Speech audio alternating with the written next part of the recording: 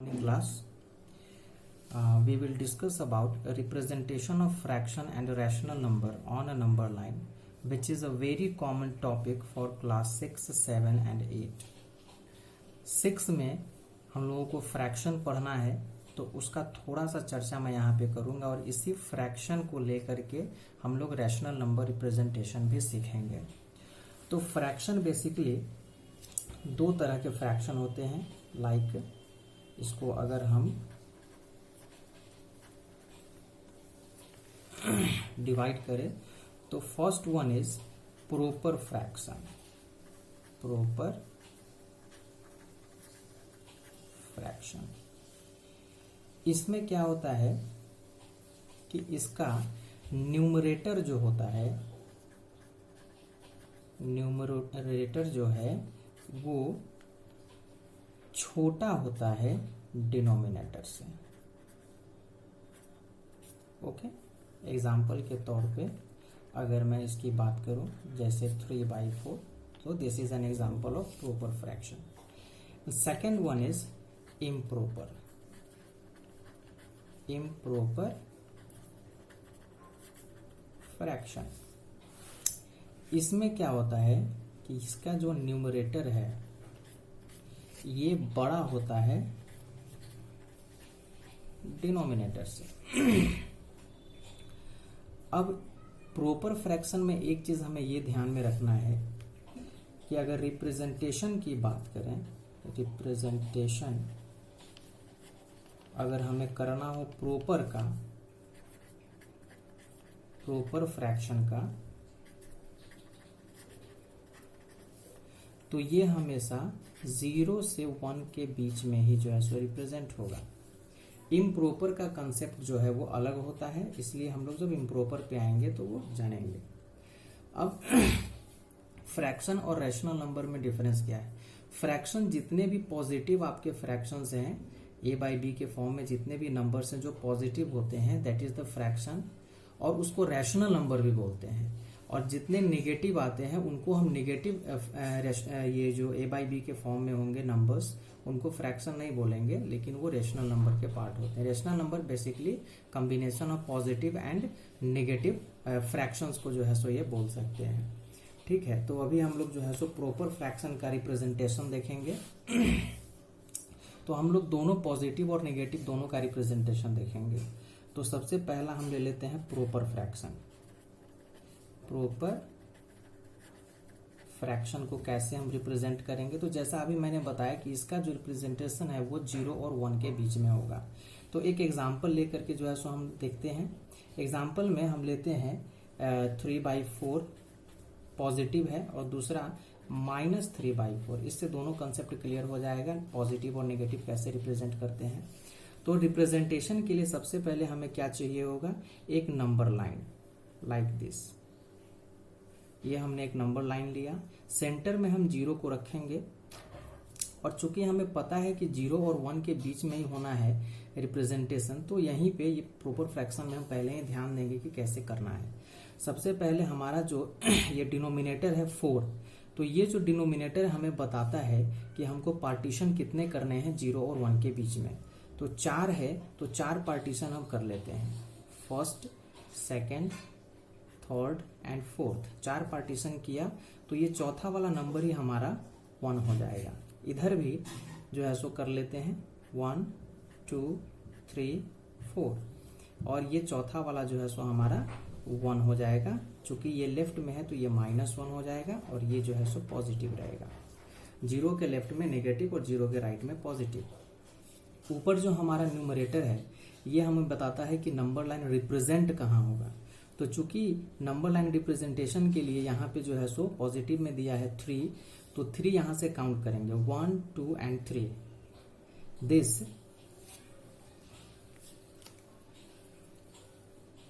This third point, इसको किसी letter से जो है सो डिनोट कर देते हैं। Suppose this is R, and here also 1 2 and 3, this is T। तो ये हमारा जो है सो नंबर लाइन रिप्रेजेंट हो गया। This is -3/4 and this is 3/4.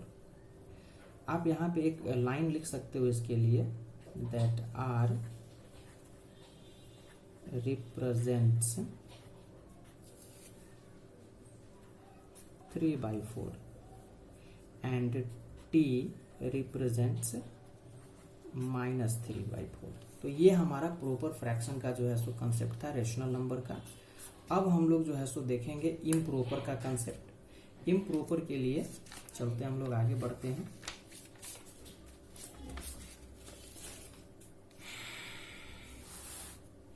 Improper का कंसेप्ट भी जो है सो हमारा सेम ही है, लेकिन थोड़ा सा इसमें चेंजिंग होगा।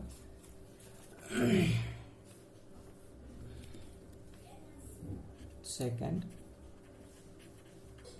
Improper fraction.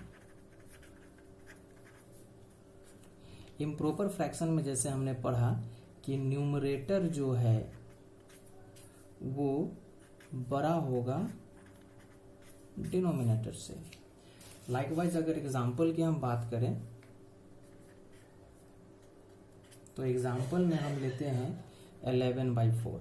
11/4, इस 11/4 को जब हम तोड़ेंगे तो इसको हम लिख सकते हैं 4 2 जा 8 + 3/4। अब यहाँ ये मिक्स फ्रैक्शन में जो है सो चेंज हो गया। तो इस मिक्स फ्रैक्शन का कंसेप्ट क्या है कि ये जो नंबर हमारा है, दिस नंबर, ये हमारा होल पार्ट नंबर है, होल पार्ट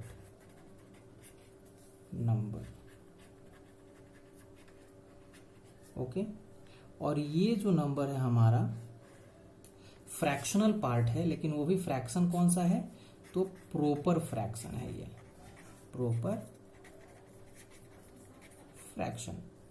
अब हमें होल पार्ट को भी रिप्रेजेंट करने आता है और प्रॉपर फ्रैक्शन को भी रिप्रेजेंट करने आता है। तो इन दोनों को कंबाइन कर देंगे तो हमारा इम्प्रॉपर फ्रैक्शन का रिप्रेजेंटेशन भी जो है सो कंप्लीट हो जाएगा। तो इसके लिए एक हम एग्जांपल ले रहे हैं।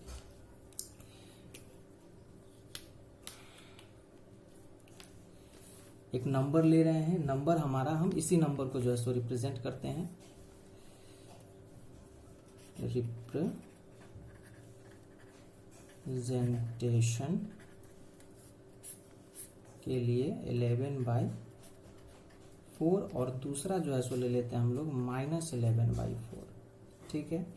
इसको जब हम ब्रेक करेंगे तो ये 11/4 जो है हमारा 2 होल 3/4 में कन्वर्ट हो जाएगा और ये हो जाएगा -2 होल 3/4। मैं दोनों को एक ही नंबर लाइन पे जो है सो रिप्रेजेंट करके बता देता हूँ ताकि समझ में भी आ जाओ, वीडियो लंबा भी ना हो।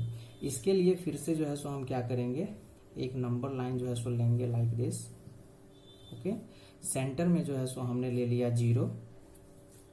0 के राइट साइड में पॉजिटिव नंबर्स होंगे 1 यहाँ, और इतना ही डिस्टेंस पे जो है सो 2 को भी लेंगे और इतना ही डिस्टेंस पे 3 को भी लेंगे।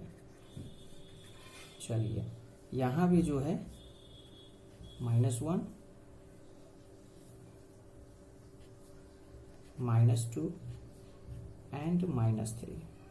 तो ये हमने एक नंबर लाइन अपना जो है सो बना लिया है। अब इसमें रिप्रेजेंट कैसे करना है, तो फॉर रिप्रेजेंटेशन ये जो हमारा होल पार्ट है, दिस होल पार्ट, ये हमको बताता है कि नंबर लाइन रिप्रेजेंटेशन किस दो नंबर के बीच में होगा।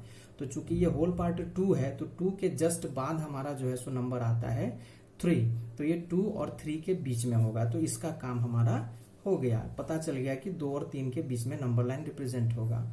अब रिप्रेजेंट कैसे करना है, तो ये 3/4 जो हमारा प्रॉपर फ्रैक्शनल पार्ट है, तो इसको जो है रिप्रेजेंट हमें करना आता ही है। उसके लिए क्या करेंगे, जो हमारा ये डिनोमिनेटर है इतना पार्टीशन करेंगे 2 और 3 के बीच में। चूंकि 4 है तो हम इसको 4 पार्टीशन कर देते हैं, ठीक है। 4 पार्टीशन इधर हो गया, इधर भी हम कर देते हैं 4 partition, 4 partition, okay. Equal distance पे जो है सो होना चाहिए। अब ऊपर वाला जो ये नंबर है, ये नंबर हमको बताएगा कि इसको रिप्रेजेंट करना कहाँ है। तो रिप्रेजेंटेशन के लिए जो है सो हम काउंट करेंगे, ऊपर चूंकि 3 है तो 1 2 3, this and this,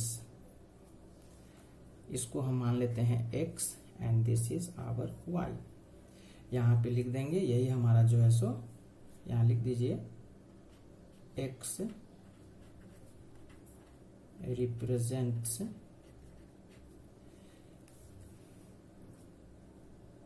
11/4, that is 2 whole 3/4, and y represents -11/4, that is -2 whole 3/4. So this was the topic and we have completed it. आप इसको अच्छे से समझोगे, ये बहुत ही आसान है. So good luck, thank you, bye.